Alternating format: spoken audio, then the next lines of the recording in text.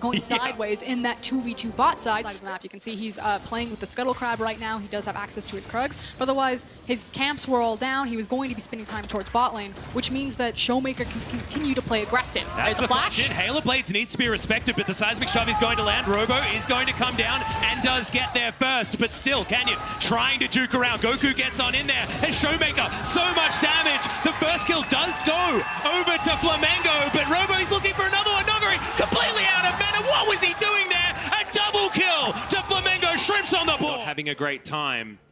They are ahead in gold, though. Those couple of kills certainly were good news. We're going to find the Ruthless Predator, though, as Canyon looking for it. Infernal Chains land, but it's going to be onto the Crocodile, and they don't even need the Seismic Shove until the very end. And another kill goes into the hands of the Talia. And it's just frustrating. You can see it in the CS. Warrior Enchant, as Noguri just playing as safely as he can.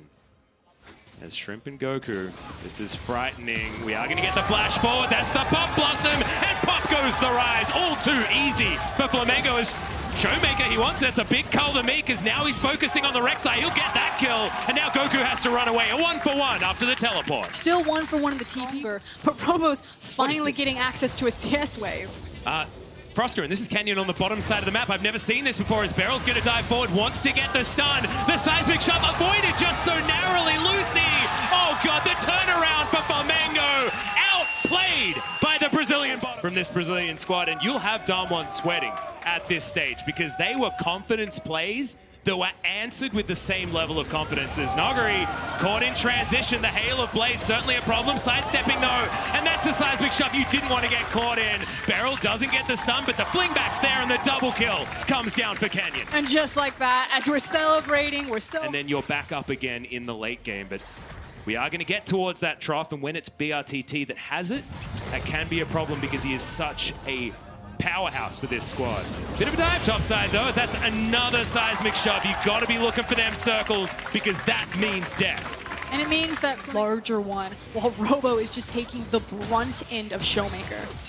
Well, Cloud Drake is going to be taken here by Flamengo comfortably 10 minutes into the game. And it was still topside, waiting for another counter gank as we are going to have Beryl. He face checks, the hook is going to land, the flayback's in, and he just explodes. Lucy grabs the kill, but that's another assist. Going over to Drake, going to be the first dragon that Damwon are going to go for. Of course, we got very used to Oceans with our, I believe, 8 of them that we had yesterday. It was a ludicrous trough for Flamengo, where their only options were to look through picks with this this Nico and her CC setup. Gonna try it again. If you don't succeed, bring a friend and try again as Noguri, 4 people around him, and he should get taken down, but Seraph's had completed. He survives for a little bit longer, and now Showmaker jumps on top of Shrimp. Pop Blossoms there, finds no one as Beryl looks for the reset, but doesn't get it. The Void Seeker comes from the back end, and Nuclear locks him down as Showmaker is underneath the turret, feeling comfortable, but now Robo's turned up. If he gets some of these kills, it's going to be so huge, but he can't find any. Finally, the root comes in, and Goku locks down Beryl. And that is exactly what Flamengo needed. They forced the... Either of these teams,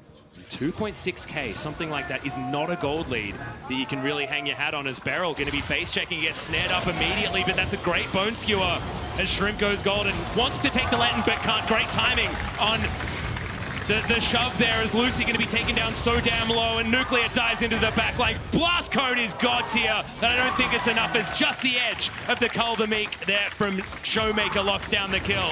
Good side step, but the root's in, and BRTT is going to be taken down. Pop Blossom onto 3 members. It's a big one, but the death from below is going to be in, and Showmaker locks down the Nico as well. The flash from Noguri is so... Only a 2-item power spike champion. The rapid fire wasn't completed in the last fight. BRTT completed it upon death. But it is a Flamengo team that were able to avoid the engage. I'm going to say that I think Canyon's ultimate actually closed Showmaker around from the flank, but they immediately used the Rise ultimate. They're now on the Baron. That is a Mountain Drake. Yep, Realm Walk towards the Baron pit. We'll see whether they got enough damage, and they certainly do. The Baron is dead in about 4 seconds.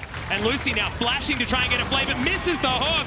It's a fight on a couple of fronts as Noguri's trying to get out of the way as the Seraph shield is gigantic. The rest of the fight is going well though, as the Rek'Sai does eventually take down the Rise, but now the resets. The Pop Blossom comes forward, but it's under a golden canyon as Robo's down to about half. Shrimp is out of this fight, but Goku's landing the snares. Can he get it again? No, he can't. He's diced up by the Crocodile as Canyon out of mana, just driving by Nuclear. Grabs that kill off the back end, and it's an ace out of nowhere. everywhere for Damwon, but it looked so close. It didn't work out because, like you say, when you've just got the backlines fighting each other, just wasn't good enough.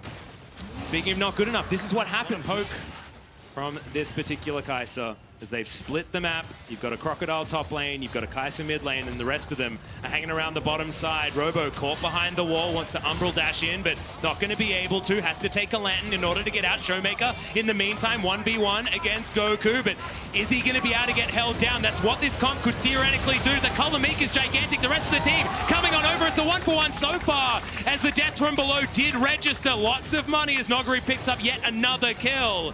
But the towers are crumbling, and it's too little too late from Flamengo. There's one inhib, looks to be followed by two more. Damwon could look for the end here. Yeah, Lucy just dies as an afterthought. As Robo now snared up Noguri underneath turrets. He loves it here. That seems like his natural habitat. Getting towards the fountain, the pullback beautiful by Beryl, but Robo does have some of the damage still available. Gets one of them. It's just not enough. Flamengo on their fountain. Nuclear now playing gatekeeper as Nexus turrets are getting destroyed. There are 4 billion minions as they're on the fountain. Robo is taken down as the minions are tanking up the damn fountain laser. As now Goku's going to fall. Nuclear's going to use his flash because he may as well. And finally, the Nexus gets its due. Damwon 2-0 on their first day.